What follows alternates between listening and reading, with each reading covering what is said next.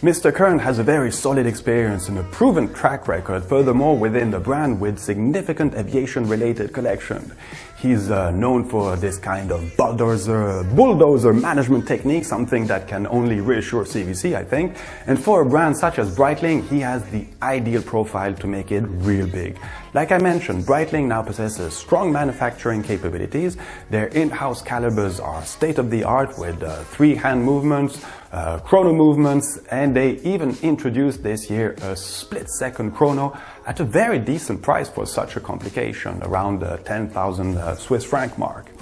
They have this massive history going for them, and at the same time, they never really played the master of mechanics card. People don't really buy a Breitling watch because of this mechanical dimension, though they are, again, very seriously equipped. But you generally buy a Breitling because they look pretty cool. You buy in this oniric aviation-related theme, you have a sturdy product, and it was more or less affordable. Okay, the fact that they invested so much in their manufacturing facility has had a rather hefty influence on some pretty significant price increase for most of their watches, or than this over the years. But now, with the backing of fresh money, an experienced and talented boss, a retail network of own boutiques still pretty scarce. The first Geneva boutique, or Swiss boutique for that matter, only opened a couple of years ago, and it's a very cool boutique, I have to say. Well, a pretty well-defined and legitimate identity. Well, all the ingredients are there for some serious shake-up and developments, and I wouldn't be surprised if this move won't affect brands that have been going on a similar path recently, such as Tiger, Zenith, and of course brands within the Richemont Group themselves. I mean, itself, IWC in particular. I mean, in fact, I wouldn't be too surprised if Mr. Kern would like to fight directly on Richemont territory and leave Basel World and take part to the more refined SIHH in Geneva early in the year. That would be quite interesting, but I sincerely doubt that Richemont headquarters would let this pass. But could be fun nevertheless. And I'm pretty convinced that we're going to see some changes too in the communication methods of Breitling. These ones being a little bit outdated, and we know of Mr. Kern's talent when it comes to digital. So these kind of old school ads with Mr. Travolta might be something of the past, or let's say that it will be revamped also.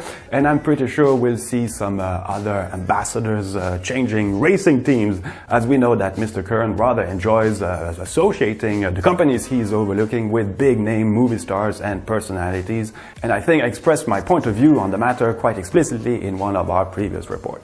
Well, as an entrepreneur myself, and if everything is confirmed, I can nevertheless only salute Mr. Kern's decision, and I think, simply put, that it seriously makes sense. Stepping down from the position he had requires quite a lot of courage, but I'm pretty sure that he weighed in on this pretty thoughtfully, and to be part of an entrepreneurial project can definitely be something super motivating and exhilarating for him, instead of only being this kind of super manager within a group where political games between teams and individuals must be something quite complicated and tiring to handle on a daily basis, well, especially in today's context. So it's a nice and inspiring fresh start for him, and we knew the man had a lot of energy, but I think this new challenge will tenfold his stamina.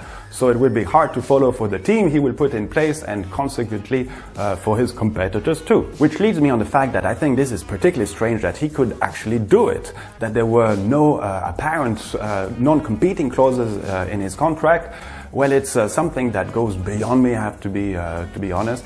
And coming back to the introduction of this video, I seriously doubt Stephen Curry could walk out so simply of his fresh contract with Golden State to join the Bulls. I mean, the breakup clauses must be stratospherical, and for Mr. Kern and the responsibilities he had, his internal know-how of the Richemont Group in every detail, and the idea of significantly reinforcing your very own competitor, well, that seems really strange that nothing existed. And if that's the case, well, there must be a few people in the legal department of the group whose ears must be fuming. I doubt Mr. Johan Rupert, the majority shareholder of the Richemont, is delighted with this quite shocking info. And this group is currently going through quite some turmoil, redefining who they are and how to do things.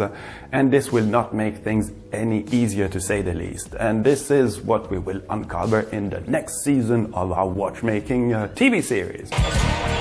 Listen,